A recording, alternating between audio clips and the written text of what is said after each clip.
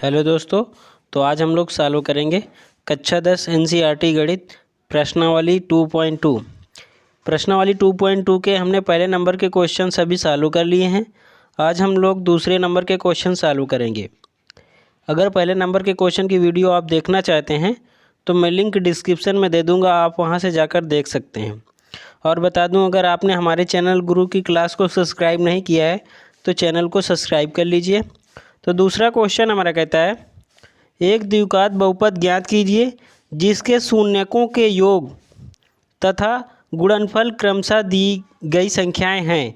देखो, शून्यक क्या होते हैं हमने बताया पिछली क्लास में। शून्यक जो होते हैं जो बहुपद में जिसका मान रखने पर बहुपद को जीरो कर देते हैं। तो यहाँ पे शून्यकों का योग दे रखा है। देखो, पहले शून्यकों का योग दे रखा है, फिर बाद में क्या दे रखा है, गुणनफल दे रखा है।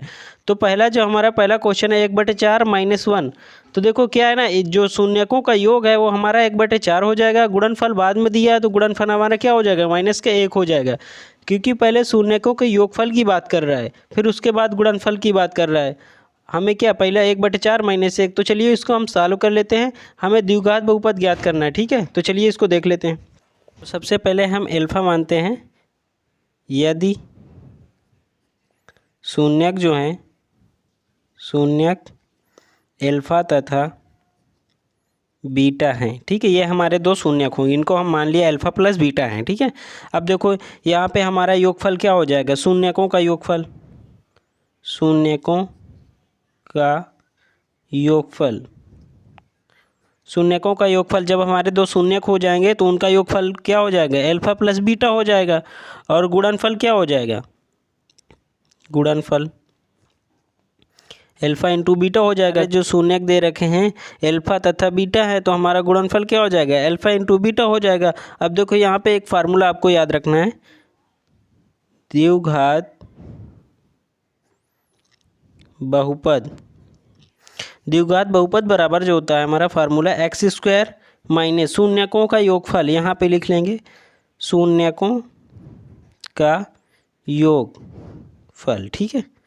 यहाँ पे हमें x लगाना है, जब शून्यकों का योगफल हो उसके बगल में हमें x रखना है।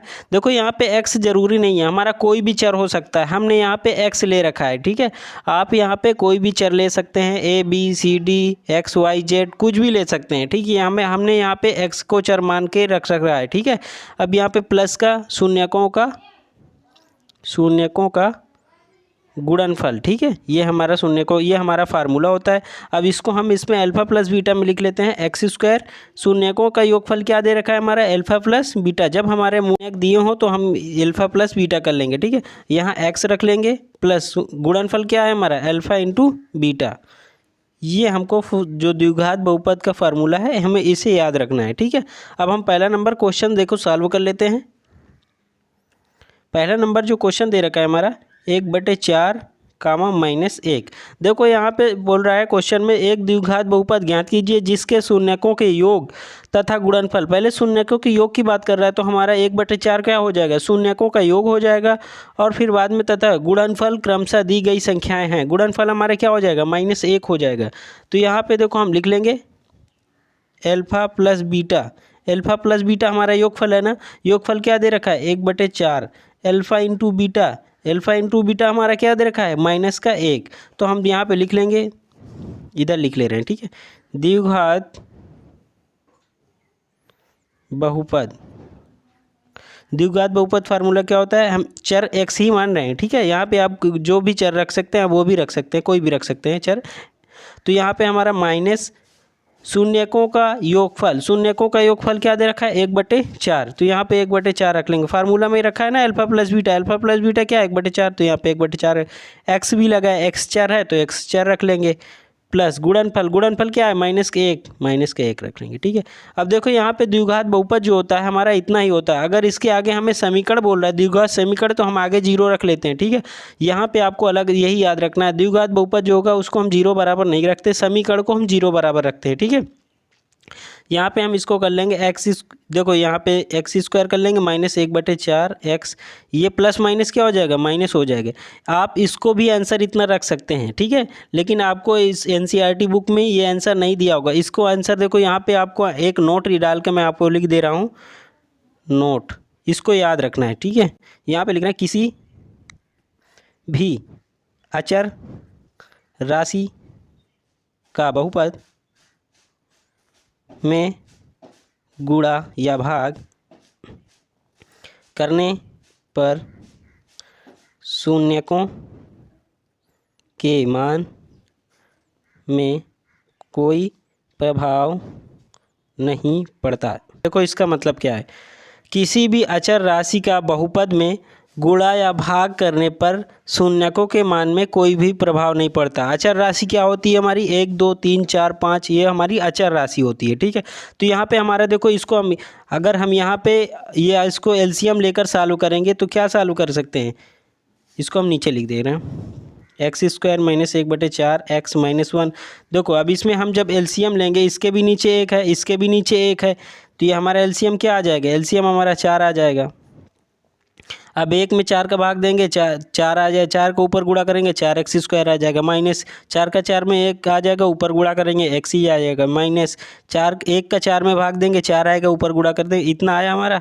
अब देखो यहाँ पे हम 1/4 कामन ले लेते हैं, 4 कामन ले लेंगे, क्योंकि ये हर इसको हटाएंगे, हमने ऊपर लिख रखा है ना, किसी भी अचर राशि का बहुपद में गुणा या भाग करने पर शून्यकों के मान में कोई भी प्रभाव नहीं पड़ता। अचर राशि हमारी क्या है, 1/4 है, तो इसको हम हटा भी सकते हैं, ठीक है, क्योंकि इसका नोट हमने लिखा भी दिया है, किसी भी अचर राशि 1/4 हमारी क्या हो जाएगी, अचर राशि हो जाएगी। तो इसको हम पहले बाहर लिख रहे हैं, x square minus x minus 4। अब देखो इसमें हमने यहाँ पे लिखा ही है, अचर राशि का बहुपद में गुणा या भाग करने पर शून्यकों के मान में कोई प्रभाव नहीं पड़ता है। इसको हम हटा सकते हैं, या तो इतना भी आंसर लिख सकते हैं। अगर आपको आगे नहीं आ रहा है तो आप यहीं पे ही समाप्त कर दीजिएगा, ठीक है, यहाँ पे कोई दिक्कत नहीं है, वो भी आंसर सही है।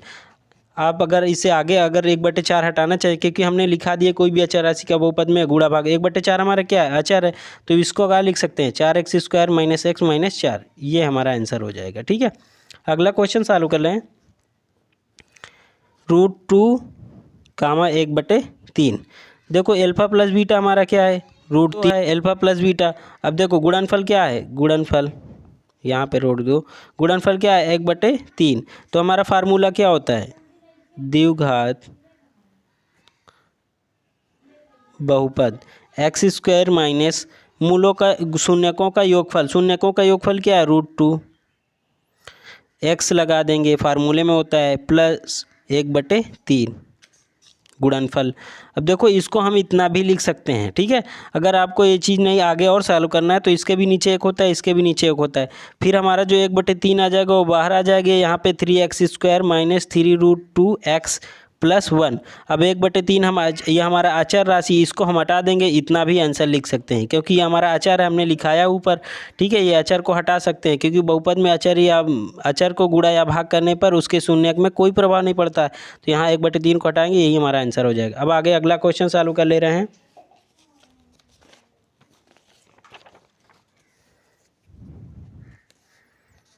तीसरा नंबर दे रखा है 0 और √5। अल्फ़ा प्लस बीटा हमारा क्या है, 0 है, अल्फ़ा इंटू बीटा क्या है हमारा, √5 है। तो हम सीधा सा द्विघात बहुपद एक्स स्क्वायर मूल शून्यकों का योग, शून्यकों का योगफल क्या है, 0, एक्स लगा है, एक्स लगा देंगे, ठीक है, प्लस गुणनफल क्या है, √5।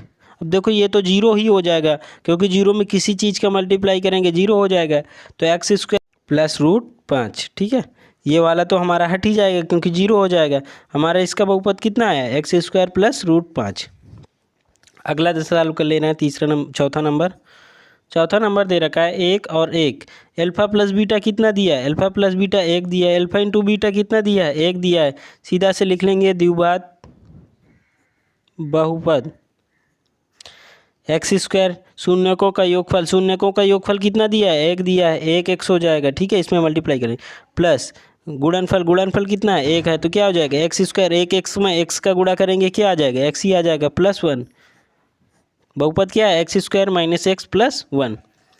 अगला 5वां नंबर क्वेश्चन चालू कर लें। 5वां नंबर क्या दे रखा है, माइनस के 1/4 और 1/4। यहाँ पे अल्फ़ा प्लस बीटा कितना दिया है, माइनस के 1/4, अल्फ़ा इंटू बीटा कितना दिया है, 1/4, ठीक है। अब यहाँ पे द्विघात बहुपद क्या हो जाएगा, द्विघात